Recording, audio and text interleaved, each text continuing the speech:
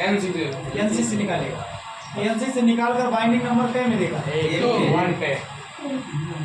एक पर दिया तो सबसे ज्यादा सप्लाई 4 नंबर से निकला, तो 4 नंबर से निकला तो थर्ड रिले है ना, इसको चाहे थर्ड रिले बोलो या इसको आउटपुट रिले कह सकते हो।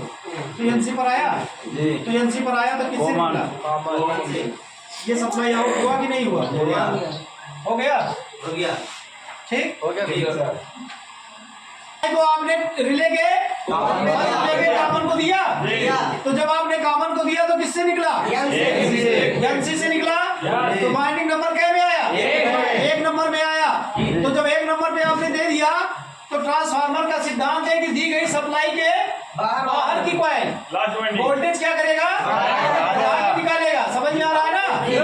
तो 4 नंबर से ज्यादा सप्लाई बनी, तो 4 की बढ़ी हुई सप्लाई एनसी आउटपुट रिले कहे या लास्ट रिले कहे या थर्ड रिले कहे, एनसी पर आया तो किससे निकला, कॉमन से निकला, और ये सप्लाई आउट हो गया। इस सप्लाई को क्या बोलते हैं, स्टेबलाइज वोल्टेज, जहां से हम अपने घर का लोड उपकरण चलाते हैं, पंखा, cooler, motor, press, heater, geyser, fridge, AC, वैसे कट गया, मान लो ये कट गया।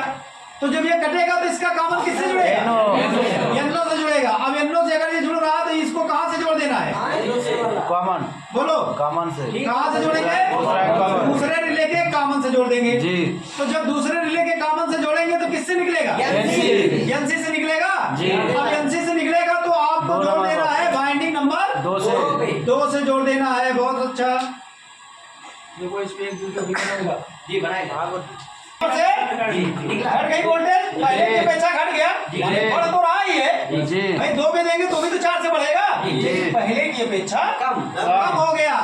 तो ये घटा हुआ वोल्टेज इसके एनसी पर आएगा डायरेक्ट जी। कहाँ आ रहा है, नहीं आ रहा है, ये थोड़ी है, ये दूसरा समझ में आ गया। अब पता चला मेरे घर की सप्लाई कटा है तो इसके एनो पे आया, तो जब इसके एनो पे आया तो इसकी एनसी से निकला, तो एनसी से जब निकला तो ये रिले कर चुका है, तो कॉमन से निकलेगा नहीं, ये सप्लाई यहीं से वापस हो जाएगा।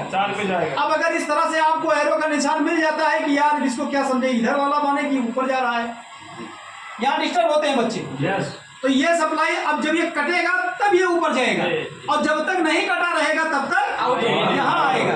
आपकी बात समझ में। अब ये सप्लाई आपकी लौटेगी तो 4 नंबर पे आएगा, तो 4 की अपेक्षा 3 का वोल्टेज कम है, बोलो कम है कि नहीं, ये बात समझ में आया।